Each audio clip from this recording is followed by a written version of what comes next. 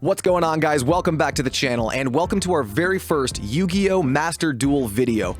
I know what you're thinking. This is a Star Wars channel. How do you go from Star Wars to a children's card game? I'll tell you, this game is hype right now. The Twitch numbers have been absolutely insane. Players who haven't even thought about Yu-Gi-Oh! In 10 years are flocking back because of Master Duel. Now, I'm an old school player. I'm what's known as a Yu-Gi boomer. I started playing the game back in 2002, 2003 when it first dropped here in the States. And I played it for a couple of years, up until about the time when Synchro Summoning came out as a mechanic. I think I fell into the trap that a lot of other players fell into when 5Ds came out. We see Yu-Gi-Oh! On motorcycles, and we're kind of like, what the hell, that doesn't work. And to be 100% real, we were all complete idiots. 5Ds is probably one of the best Yu-Gi-Oh! Series out there, but I digress. Let's get into some Yu-Gi-Oh! Master Duel. If you guys are new to the channel, or if you're part of my Star Wars community, hit that thumbs up button. Let's get this video some eyes, because I know it's not going to do as well as my Star Wars videos usually do, so any and all help would be appreciated.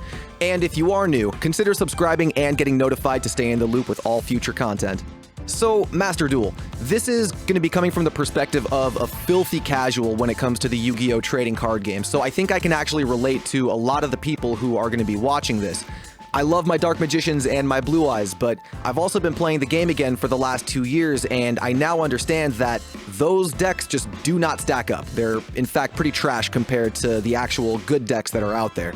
In this video, I'm not going to talk about any of the meta decks because I just don't have the knowledge to really give you that information. I can recommend a couple of channels if that's the stuff that you're looking for. They'll be in the description below. Today, rather, I wanted to go over the value of going first. I have a couple of duels recorded here, and in all of them I went first, and it's just a great demonstration of why it's probably the ideal move. I know a lot of newer players or people who are coming back to the game think that going second is the best course of action because you get to draw an extra card and you get to make the first attack. And for some decks, it is ideal. If you're running kaijus or any kind of strategy that relies on your opponent already having a board established, yeah, going second is what you want to do. But in most cases, I think going first is probably the best course of action because you get to establish your board and you can interrupt your opponent on their turn.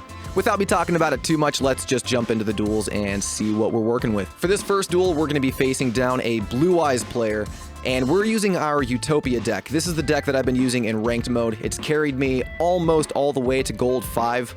For the last 2 duels in Silver 1, I used my Dark Magician deck to get up to Gold, and I'm actually going to be streaming my journey through Gold using Dark Magician, so if you're interested in that, be sure you're subscribed.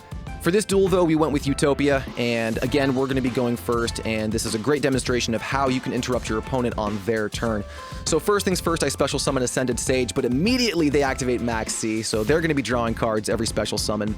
I summon out Armed Sage, and I try to match their draws by using Zexal Construction to pull XYZ Change Tactics from the deck.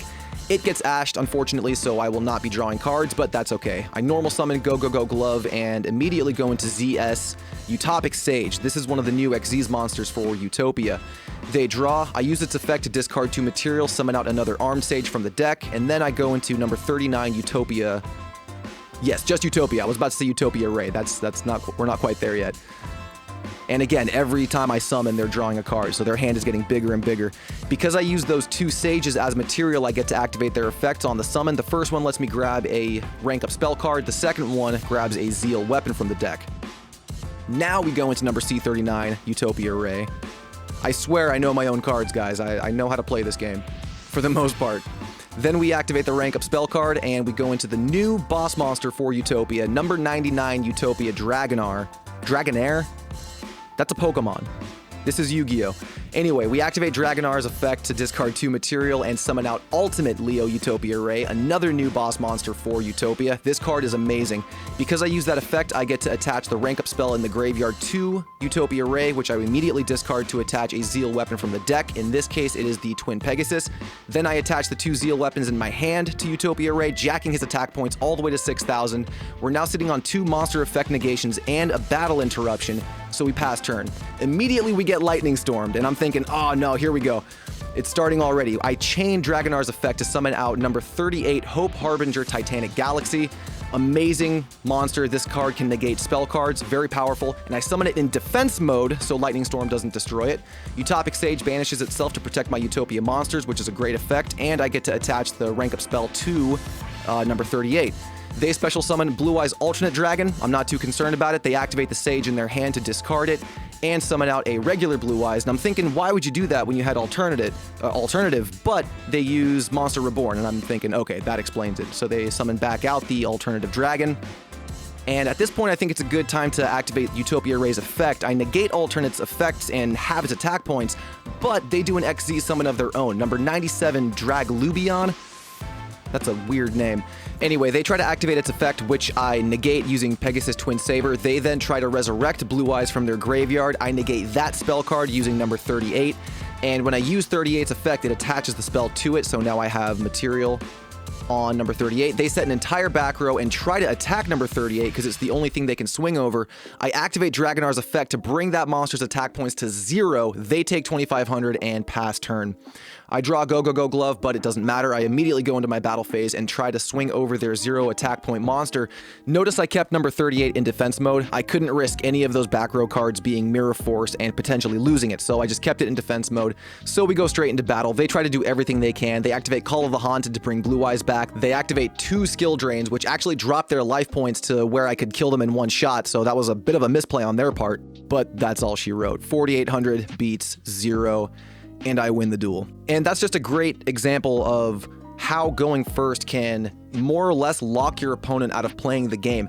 They started with Max C. It was the very first card that they played. They had 11 cards in their hand at one point, and I negated almost everything that they could do. This is unfortunately the modern state of Yu-Gi-Oh! Long gone are the days of, taking 20 turn duels, doing a little bit of chip damage on this turn, a little bit of chip damage here. Oh, this was a big attack, this was a direct attack on that turn, but then they summoned a big defense position monster. Like, those days of back and forth are long gone. It's all about stopping your opponent from playing the game. They pass turn back to you and you swing for the OTK. This is Yu-Gi-Oh! In a nutshell. You either love it or you hate it. But these next 2 duels should be fun for the very casual players, especially fans of Dark Magician. We're going to showcase my Dark Magician deck in Master Duel.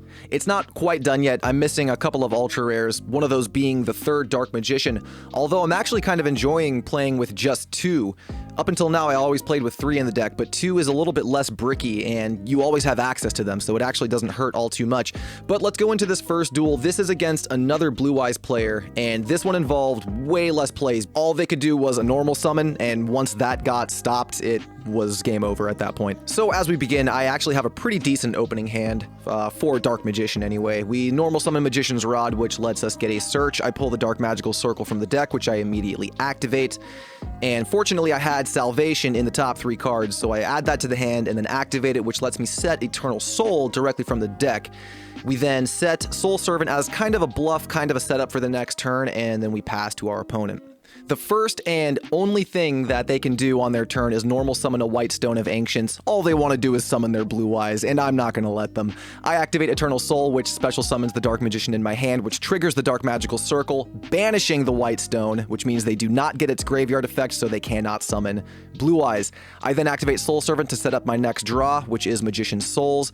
And first thing we do is activate Bond between Teacher and Student, which lets me summon Dark Magician Girl directly from the deck and sets Dark Burning Magic. But we're not even going to worry about that card. It's not going to get played. We then activate Magician's Souls effect to pitch a Dark Magician to the graveyard from the deck, dumping the souls and special summoning the Dark Magician, and then we have all the attack points we need for the OTK. Kind of an anticlimactic duel, but it again demonstrates how going first completely locked the opponent out of doing anything. They couldn't summon anything except a tiny little stone with 600 attack points, and that was it. Moving on, this next one was a little bit more intensive, I'll say. This was kind of Magicians versus Magicians. It was my Dark Magicians versus their Pendulum Magicians. Again, I go first. First thing I play is Apprentice Illusion Magician, which pitches the Dark Magician to the grave from my hand. I did that because it lets me draw another from the deck, no big deal. I activate Magical Circle, nothing to draw, so I set Navigation and pass turn to my opponent. We're not sitting on any interruptions really other than the banish from the Dark Magical Circle, so I'm hoping they don't have too big of a play. They put, what is that, Space Space Gazer, Time Gazer, one of the magicians into the Pendulum Zone. They activate Pendulum Call to grab some more monsters and put them into the hand. They grab Time Gazer and Dragon Caller, it looks like. They're then going to activate Time Gazer, and they now have a Pendulum scale from 1 to 8, so they can special summon levels 2 through 7, which they're going to do. And at this point, I'm a little bit concerned because I don't know how many monsters they're going to bring out.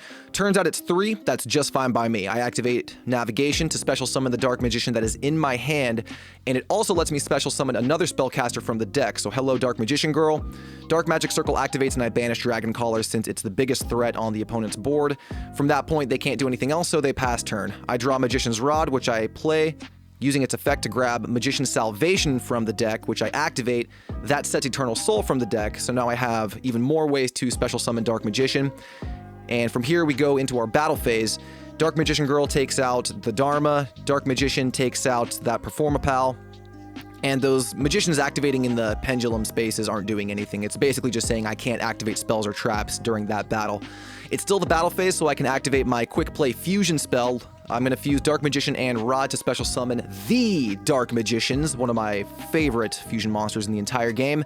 We didn't have quite enough attack points for the OTK, so we bring our opponent down to 800, and we pass turn with a pretty decent board. Dark Magician Girl is beefed up with the 2 magicians in the grave.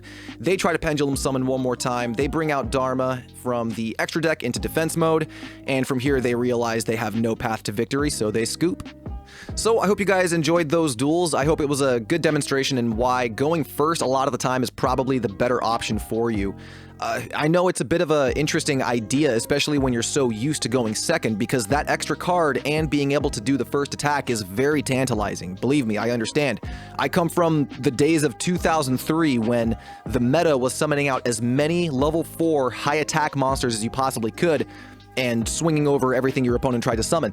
Like, I get it. Summon Skull was at one point the best monster you could summon. Just those days are gone, and this is the modern era. I hope you guys enjoyed that video. If you guys want to see more Yu-Gi-Oh! Master Duel content, be sure you like and subscribe. I'm actually really enjoying making videos on this game.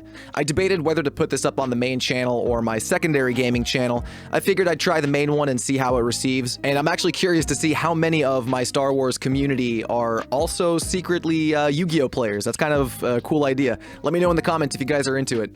But that's going to do it for me, guys. Thank you so much for stopping by our first Yu-Gi-Oh! Master Duel video. I appreciate it. I'll see you guys in the next one.